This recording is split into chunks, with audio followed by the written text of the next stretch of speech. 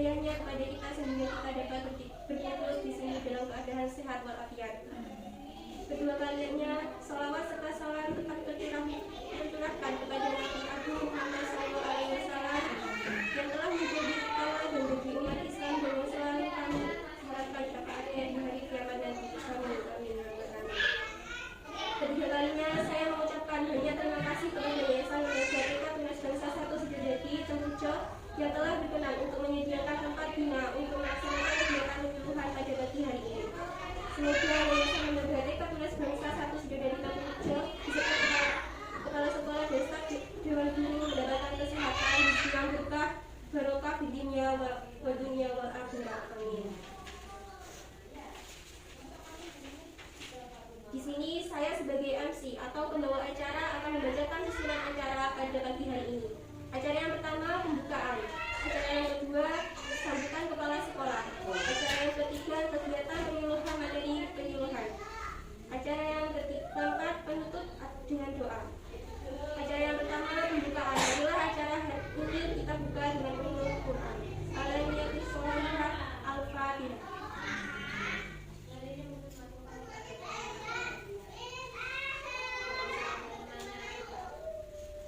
Terima kasih atas pembacaan ulumul Quran tadi. Semoga kita diberi kelancaran dalam melaksanakan kegiatan awal hingga akhir. Melangkah acara yang kedua, sambutan kepala sekolah kepada Ibu Tantina dipersilahkan.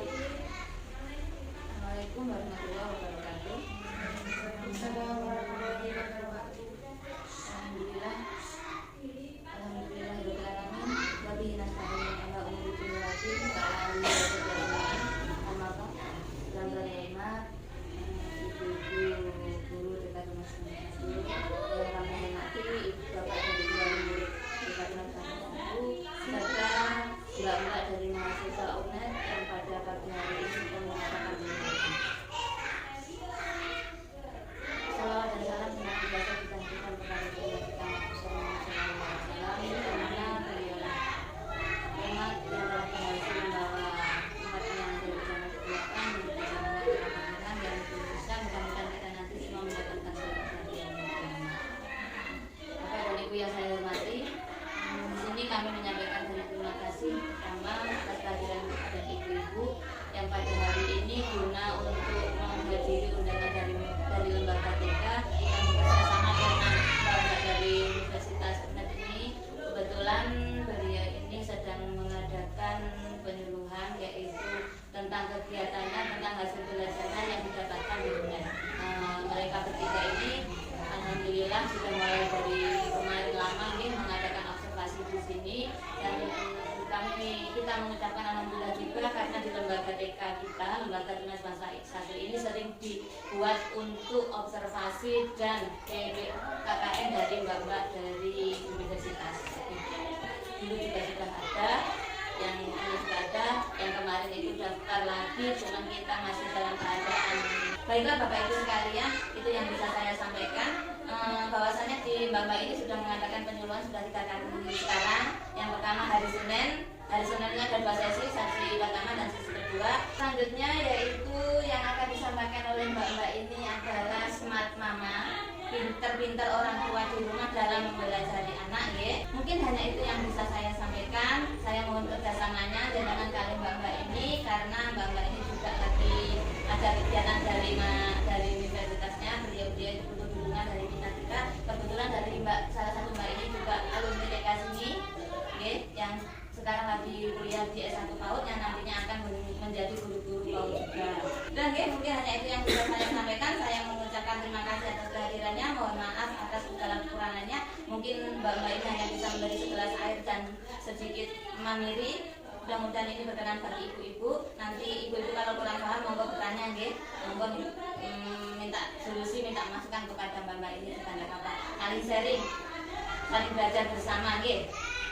Itu hanya itu saja yang bisa saya sampaikan dan saya akhiri bila taufiq wal hidayah. Wassalamualaikum warahmatullahi wabarakatuh.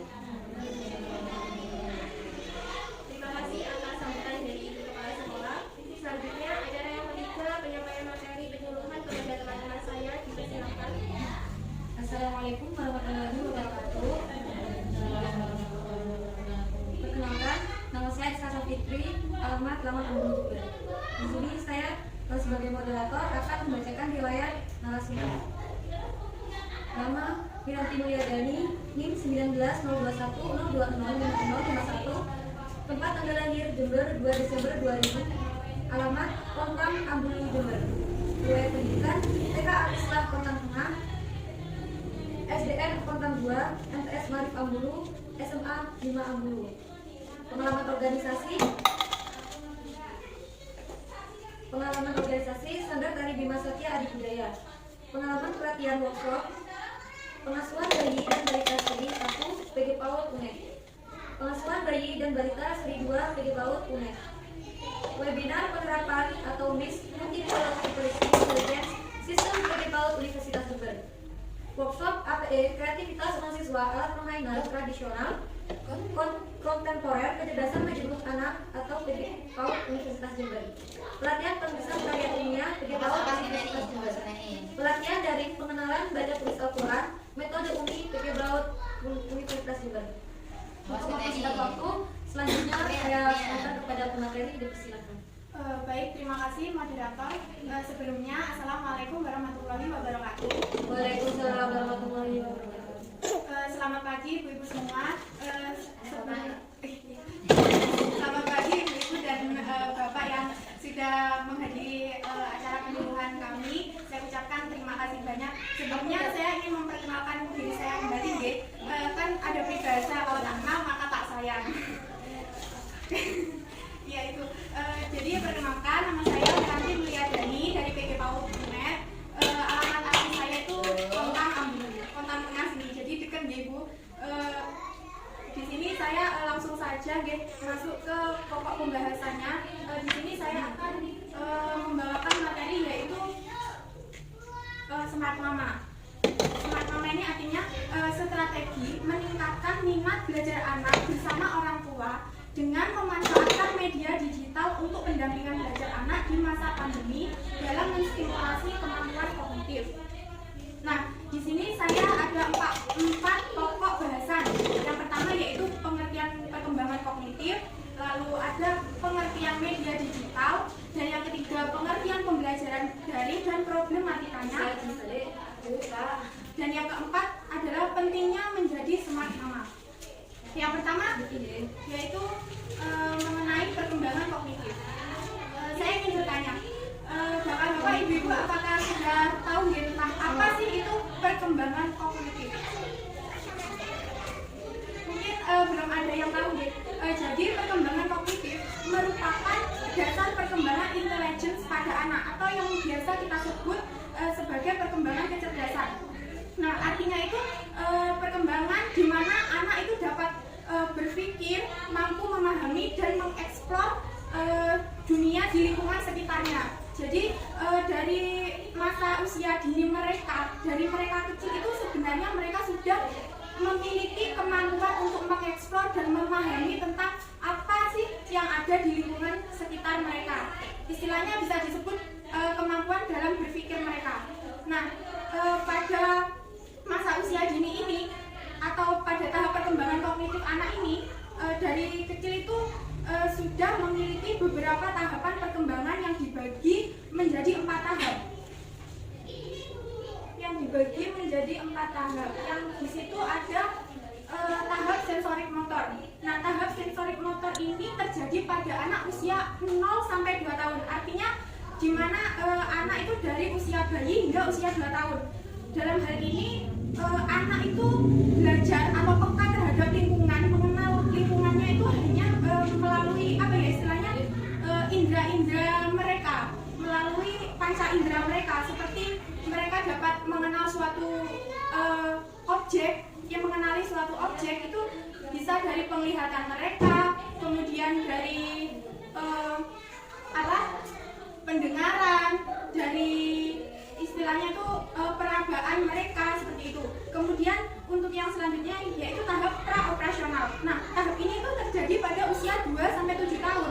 Nah, di mana pada tahap ini tuh anak sudah mulai mengembangkan memori dan imajinasi yang ada di otak. Jadi gini, misal anak itu sudah mampu kayak berimajinasi seperti kayak bisa mulai bermain peran atau segala sesuatu itu sudah dikaitkan dengan simbol-simbol.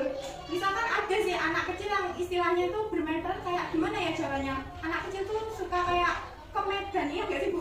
Maksudnya ke Medan itu gini, apa ya, kayak main karpet-karpetan sendiri, dijawab-jawab sendiri. Nah seperti itu, mereka itu sudah bisa mengembangkan apa ya, ya seperti itu, monolog, maksudnya mengembangkan kemampuan di luar nalar kita, imajinasinya mereka. Kemudian yang ketiga yaitu tahap operasional konkret. Nah tahap ini berada pada usia 8-11 tahun, di mana pada tahap ini anak sudah mampu meningkatkan kemampuan dalam berpikir dan memecahkan masalah. Artinya begini, jika anak sudah mampu berpikir atau mencari solusi tentang permasalahan apa yang sedang mereka hadapi, biasanya oh ada masalah gini, jadi oh iya deh, jadi pemecahannya harus seperti ini, seperti itu.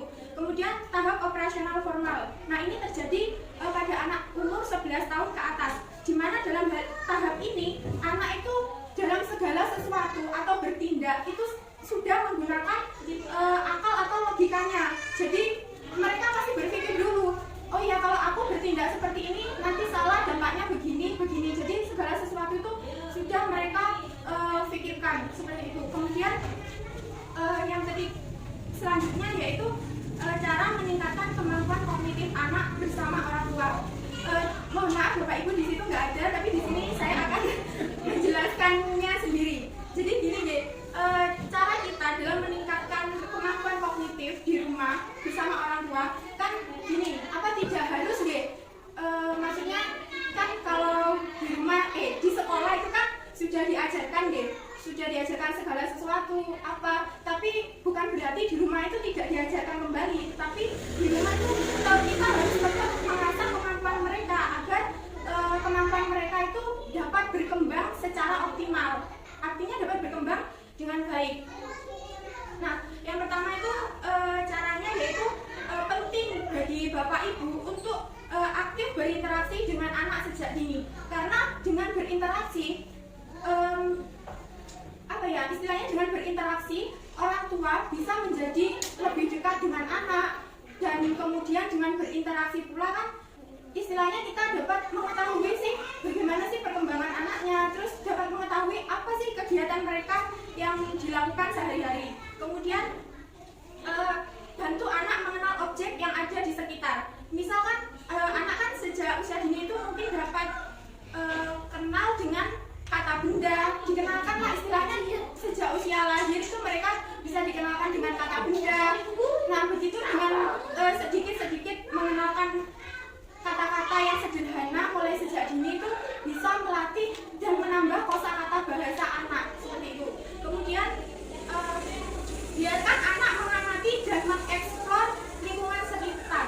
Nah dalam artian itu di sini kan anak itu pasti memiliki apa ya, rasa ingin tahu yang tinggi. Biasanya kan anak-anak ibu-ibu kan pasti kan istilahnya kayak suka bertanya gitu, misal Bu itu kenapa sih kok bisa gini, itu apa sih, itu apa. Kadang ibu-ibu mikirnya tuh gini, aduh wah sih kamu itu sembarang kalau ditanya apa kok di sama konten kan kamu itu kan biasanya gitu ya Bu.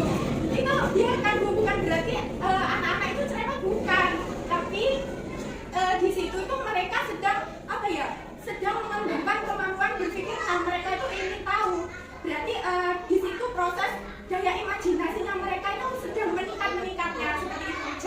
Jangan dibilang oh cerewet apa, enggak, itu sebenarnya salah seperti itu. Sebenarnya itu adalah proses mereka dalam berpikir seperti itu.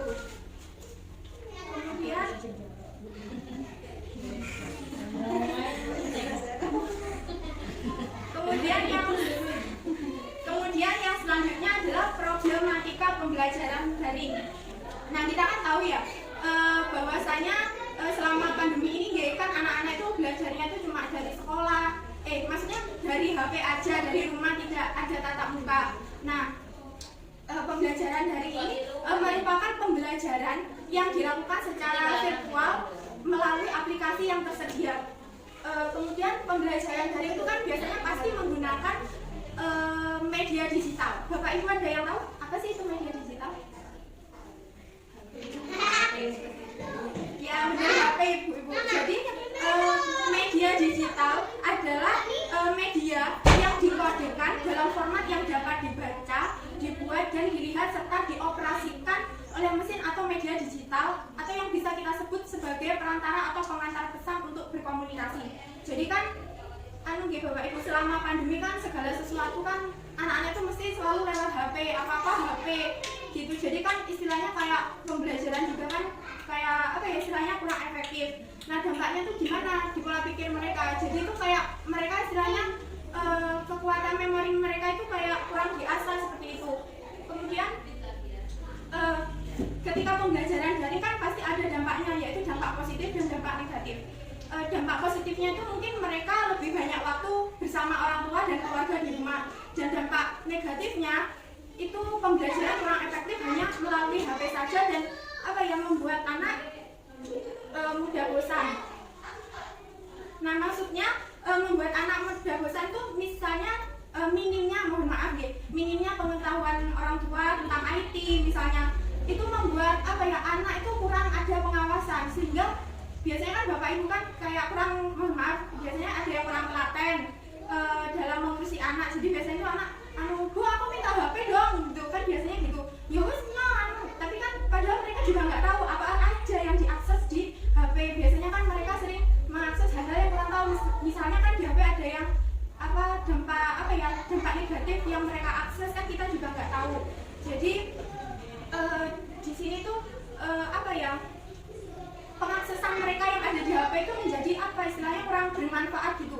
Jadi Bapak Ibu bisa memberikan hal-hal yang biasanya untuk pendampingan atau hal yang bermanfaat ketika dalam pengaksesan HP. Misalnya di sini Bapak Ibu yang pertama bisa selalu memberikan pendampingan kepada anak saat kegiatan belajar, seperti mengenalkan aplikasi-aplikasi yang edukatif. Nah, aplikasi-aplikasi yang edukatif itu seperti apa? Kan biasanya anak itu suka yang menonton YouTube. Nah, tapi kan YouTube itu kan istilahnya banyak yang istilahnya juga ada konten-konten yang tidak sesuai dengan anak-anak. Nah, itu Bapak Ibu bisa menggantinya dengan aplikasi YouTube Kids seperti itu. Nah, aplikasi YouTube Kids itu merupakan layanan menonton video untuk anak-anak dengan konten yang telah terkurasi atau istilahnya konten yang aman untuk ditonton, hanya khusus anak-anak saja. Nah, aplikasi YouTube Kids ini sangat istilahnya aplikasi YouTube Kids ini menurut saya itu tepat ya untuk anak-anak, karena di situ itu sudah memang dikhususkan untuk anak-anak saja seperti itu. Kemudian tidak hanya di HP saja, nah Bapak Ibu bisa seperti melakukan kegiatan yang produktif bersama anak-anak. Jadi kegiatannya itu bisa diselang-seling gitu Bapak Ibu. Jadi tidak hanya selalu berpatok atau berpacu pada HP. Misal kegiatan yang produktif itu seperti Bapak Ibu bisa melakukan kegiatan bermain eksperimen bersama, misalnya kayak mengenalkan pencampuran warna atau seperti itu yang sudah diajarkan di sekolah, bisa Bapak Ibu terapkan kembali di rumah. Nah, kemudian di HP itu kan biasanya anak-anak kan suka nge-game gitu. Nah, nge-game itu biasanya kan gimana ya, kalau nge-game itu biasanya biasanya game itu bisa membuat anak kan istilahnya kecanduan gitu. Kayak ya udah kayak aku minta HP lagi dong buat nge-game Nah, itu kan membuat anak kecanduan. Nah, tapi Bapak Ibu di situ bisa mengganti game-game anak-anak dengan menginstal aplikasi juga, tapi dalam artian aplikasi tersebut tetap bisa digunakan untuk belajar atau tetap mengasah kemampuan otak mereka, seperti aplikasi Secil. Nah, aplikasi Secil ini artinya aplikasi serial membaca si kecil yang membantu anak untuk belajar membaca huruf alfabet sampai dari A sampai Z dengan cara yang menyenangkan. Kemudian ada aplikasi Marble Fun Number. Nah, aplikasi Marble Fun Number ini merupakan istilahnya permainan menulis angka dan berhitung angka yang menarik untuk anak bersama. Nah, permainan Marble Fun Number ini anak-anak itu akan diajak untuk istilahnya mengenal angka, berhitung. Nah, dari situ itu cara untuk menjawab soal dan belajar menulis. Dari situ tuh secara tidak langsung akan melatih kemampuan mereka dalam berpikir. seperti itu. Kemudian untuk yang terakhir yaitu aplikasi Aku Balita Cerdas. Nah, di sini tuh aplikasi Balita Cerdas itu paket aplikasi yang sangat lengkap karena di dalamnya terdiri dari modul membaca, berhitung, menulis, mengaji, berbahasa Inggris, serta dilengkapi aplikasi game yang mendidik. Jadi Bapak Ibu nanti bisa mengganti aplikasi istilahnya yang aplikasi game yang mereka suka dengan aplikasi game yang mengedukasi atau belajar, yang mengedukasi minat mereka dalam belajar. Jadi begini, sehingga dari istilahnya pengenalan hal-hal yang sederhana tersebut akan membuat kegiatan belajar anak itu menjadi lebih produktif. Maksudnya itu produktif itu gimana? Kegiatan anak itu lebih bervariasi, tanpa orang tua itu harus mengekang dan selalu istilahnya mengekang dan selalu kayak istilahnya orang tua biasanya kalau ke anak-anak tuh astagfirullahaladzim pengen marah mungkin gitu seperti itu. Biasanya ya Allah apa gitu tanpa harus mengekang mereka seperti itu. Saya sudah istilahnya membuktikan sendiri gitu loh, sudah menginstal aplikasi ini. Memang aplikasi ini sangat menarik dan efektif sekali ya untuk belajar. Aplikasinya seperti ini, kalau dibuka bisa seperti ini munculnya.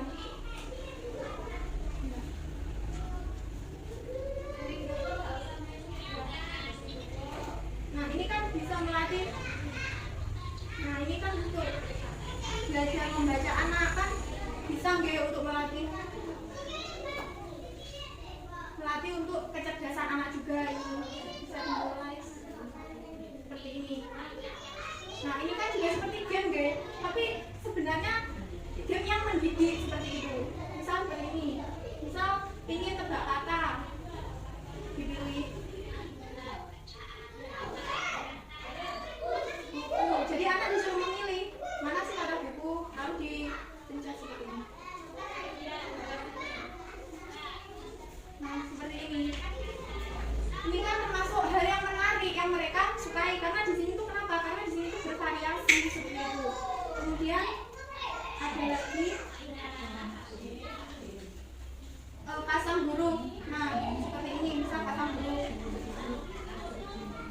Nah puzzle huruf. Bentuk kata yang tepat, misalnya ayam. Jadi anak itu tinggal menarik huruf A mana ini, huruf Y mana ini, kemudian A dan huruf M. Seperti ini Bapak Ibu.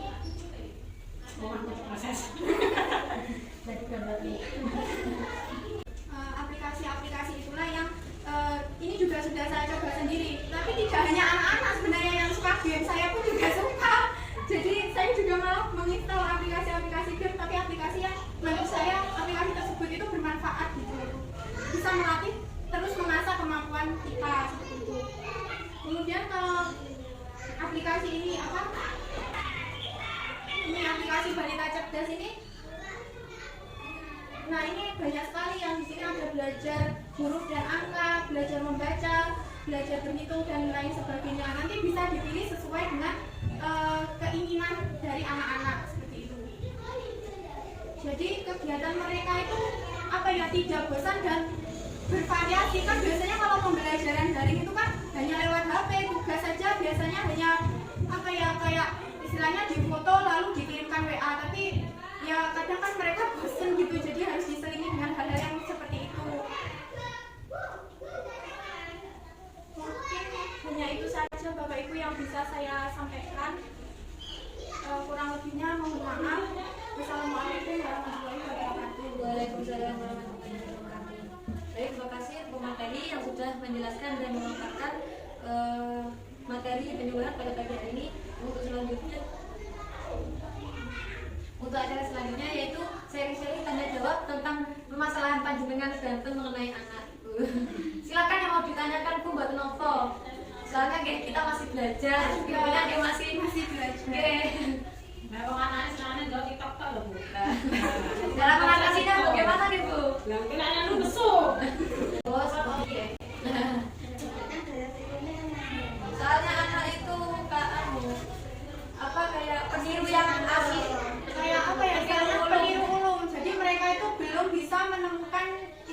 ya jati diri mereka. Jadi peniru ulung itu maksudnya mereka kalau temannya gini, ya aku harus gitu. Kalau itu tadi gitu apa? Sepertinya kayak yang anak lagi suka nonton konten Mama Lela gitu. Sama TikTok mbak, sama TikTok. Ya, itu konten Mama Lela atau YouTube biasa tadi itu bisa menggantinya dengan YouTube Kids. Tampilan dari YouTube Kids dan YouTube biasa itu nggak ada bedanya pasti. Nanti kan anak tuh kiranya ya udah itu YouTube biasa. Soalnya kalau anak itu kids itu aja, maksudnya kan belum nalar itu kan sebenarnya. Iya, belum makan. Gitu. Kalau anak usia TK atau anak usia dini itu sebenarnya realitanya itu memang mereka itu bermain bukan belajar. Sebenarnya Bermain sambil belajar. bermain sambil belajar.